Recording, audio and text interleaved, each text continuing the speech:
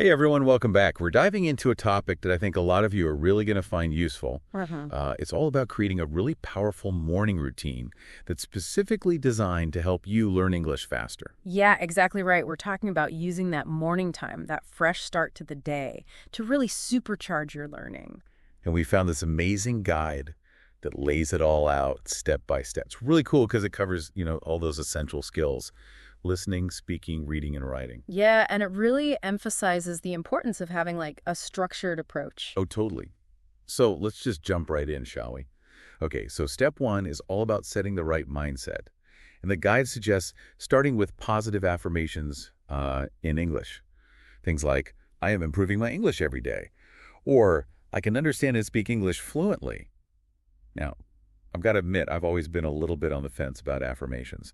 What do you think? Do they really work, especially for language learning? Yeah, I think they can be really powerful, especially for like overcoming those mental blocks that a lot of learners face, like that feeling of self-doubt or fear of making mistakes. So it's not like they're magically going to make you fluent overnight, right? It's more Yeah. about building that belief in yourself that you can do it. Exactly. It's about shifting your mindset from I can't to I can. And that can make a huge difference in how you approach your learning.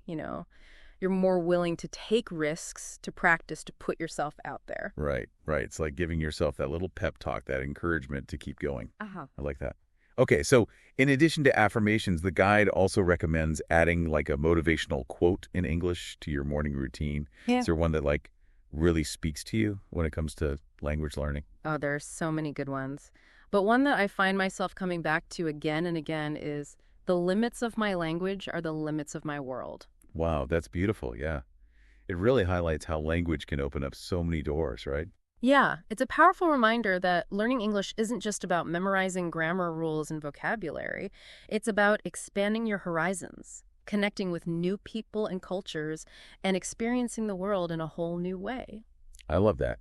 And to kind of round out this mindset setting, Step the Guide suggests setting a small, achievable language goal for the day. It's a nice way to kind of break things down into, bite-sized pieces. Yeah, it's all about setting yourself up for success, right? So instead of feeling overwhelmed by this huge goal of becoming fluent, you focus on something manageable. Right. So something like, today I'm going to learn 5 new words related to travel, or I'm going to practice ordering a coffee in English. Exactly. And even if it seems like a small step, those small steps really add up over time. Totally. Okay, so we've got our mindset set. We're feeling motivated and ready to go. What's the next step in this power-packed morning routine? Next up is all about tuning in and training your ears. We're talking about listening practice. Oh, the importance of listening. I'm always telling my friends who are learning English, surround yourself with the language as much as you can. But there's so much out there. Like, where do you even begin? The guide recommends resources like BBC Learning English, TED Talks, and The Daily.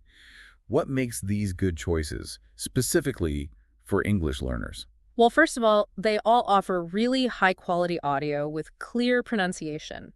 And they also cover a really wide range of topics and speaking styles, so you're not just stuck in one little niche. And that variety is important because it keeps things interesting, right? You don't want to get bored. Exactly. BBC Learning English is great if you like a more structured approach. They have lessons, activities tailored to different levels. Yeah, I've used that one myself. It's really good. Yeah, and then TED Talks are fantastic for exposing yourself to like different ideas, different accents. And The Daily is great for staying up to date on what's going on in the world and, building your vocabulary around current events. Absolutely, but here's the key. It's not just about passive listening. Oh, right. You've got to be active, engaged. Yeah, exactly. Active listening means really, paying attention to the meaning, noticing the pronunciation, picking out new words and phrases. One of the best ways to do this is to actually take notes while you're listening. Notes. Always a good idea. I'm a big note taker myself. Me too, me too. It really helps you process the information and remember it better. Yeah, and for people who are visual learners, seeing those words written down can be really helpful. Oh, for sure. And the guide also recommends like summarizing what you've listened to either mentally or in writing. Yeah, summarizing forces you to really think about what you've heard and, make sure you've actually understood it. Exactly. And here's another tip that I find really helpful. Repeat sentences out loud after the speaker. Oh, yeah. Repeating out loud. I used to do that all the time when I was learning Spanish. It really helps you internalize the pronunciation and rhythm of the language. It does. And don't be afraid to, exaggerate a little bit or even put on a bit of an accent. It might feel silly, but it really helps. Totally. It's Yeah. all about having fun with it. Okay, so we've got our ears tuned in. Our brains are buzzing with new information. What's next? Now it's time to take all that listening practice and put it into action. It's time to start speaking. Okay, so now it's time to actually speak English. Do you have any fun ideas for how to practice speaking? One of the things that the guide recommends is actually like describing your morning routine in English. So you mean just saying things like, I woke up, I brushed my teeth, I made coffee. That seems, I don't know, almost too simple. It might sound simple, but it's actually a really effective way to practice using everyday vocabulary and grammar. And you can make it more challenging as you go along. Okay, yeah, I see what you mean. So instead of just saying, I made coffee, I could say something like, I brewed a delicious cup of French roast coffee using my pour-over method. Exactly. See, you're already sounding more fluent. I like it. It's like sneaking in some practice without even really trying. Yeah.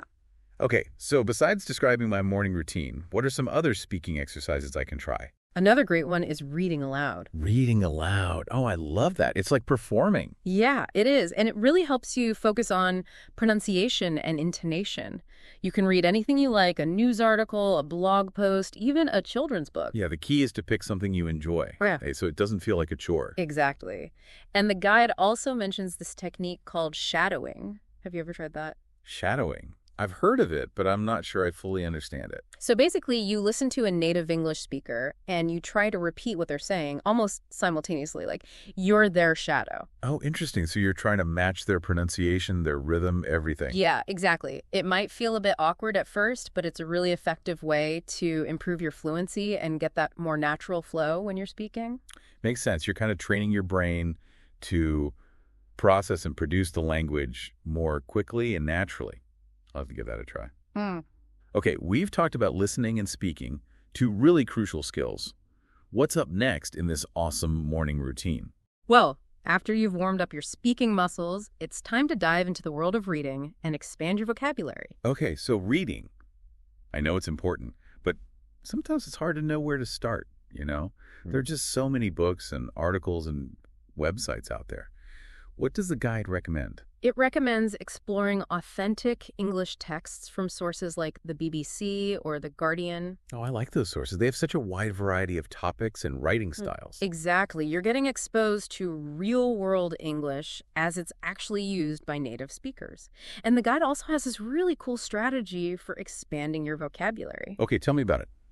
I'm always looking for new ways to learn more words. So as you're reading, you highlight any new words that you come across, and then you look them up in a dictionary, write them down in a notebook, maybe even try to use them in a sentence. That's a classic technique for a reason, right? It really works. Okay, so we've listened, we've spoken, we've read. I'm feeling smarter already. Yeah. What's the final piece of this amazing routine? It's writing practice. Writing. I'll admit that's probably the skill I struggle with the most. It can feel a bit intimidating sometimes. Yeah, I get it. But the guide actually suggests starting with something really simple and enjoyable, keeping a morning journal. Oh, a journal. That sounds less scary than writing a formal essay or something. Exactly. It's just a way to jot down your thoughts and feelings, your plans for the day, anything that comes to mind. And I guess you don't have to write a lot, right? Just a few sentences to get those writing muscles working. Exactly. And another good writing exercise is to try summarizing the content that you listened to earlier. It's a good way to reinforce both your listening and writing skills. Oh yeah, that's a good idea. Two birds with one stone. And the guide also mentions focusing on specific grammar rules each day. So maybe one day you focus on the past tense, the next day you practice conditional sentences, and you write some examples to help you remember. Exactly. It's all about breaking down those grammar concepts into manageable chunks and practicing them consistently. And here's a tip. Try sending a text message or an email to a friend or a language partner in English. Yeah, put those skills into practice in the real world. Right. And remember, it's okay to make mistakes. That's how we learn. Now, before we move on, I just want to circle back to something we talked about earlier, the importance of reflection. Ah, yes, reflection. So important. It's like taking a moment to really appreciate how far you've come and, figure out what you still need to work on. Exactly. So after you finish your writing practice, just take a few minutes to think about what you learned, how you felt during the process, and maybe even jot down a few notes in your journal. And it's a good time to celebrate those small wins, right? To acknowledge the progress you've made. Absolutely. Every step forward is a step closer to fluency. I love that. Okay, so we've talked about setting intentions, we've gone through all four of those core skills, and we've emphasized the importance of reflection. Now, I want to talk about how this routine can actually transform not just your English, but your whole life. So we've been really digging into this morning routine, breaking down all the different pieces, and I think it's clear that it can have a huge impact on your English learning, but I think it can go even deeper than that. Oh, absolutely. I think what we're really talking about here is building a foundation for lifelong learning. Yeah, exactly. Like those skills and habits that you develop through this routine, you can apply them to anything you know, whether it's learning a new language or picking up a new hobby or just becoming a more well-rounded person. Yeah, it's like this ripple effect. You start with this one specific goal, like improving your English, but then it starts to influence other areas of your life too. Totally. It's like you're creating this positive momentum. Right. And one of the things I love about this routine is that it's not just about learning English, it's also about personal growth. Okay. Yeah, I see what you mean. Like there's that emphasis on mindfulness, for example. Yeah, taking those few minutes each morning to set your intentions, check in with yourself, it can really help you become more self-aware, more in tune with your thoughts and feelings.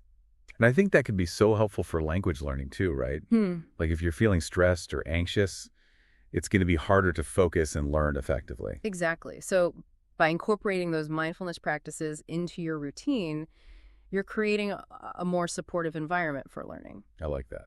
And there's also that focus on consistency and discipline, right? Like committing to this routine day after day. Yeah, that's huge. It's about building those positive habits that will help you achieve your goals. And it's not just about willpower. It's also about making it enjoyable, right? Right. Like finding those fun and engaging ways to learn. Oh, absolutely. The guide emphasizes that like learning should be a joy, not a chore. Right. And that's something we've talked about a lot throughout this deep dive, like those daily challenges, for example. Exactly. It's about finding those little sparks of creativity and fun that will keep you motivated and engaged. So to our listener out there who's ready to take their English to the next level and maybe even transform their life in the process, I think our message is pretty clear, right? Make that commitment to yourself. Embrace this morning routine.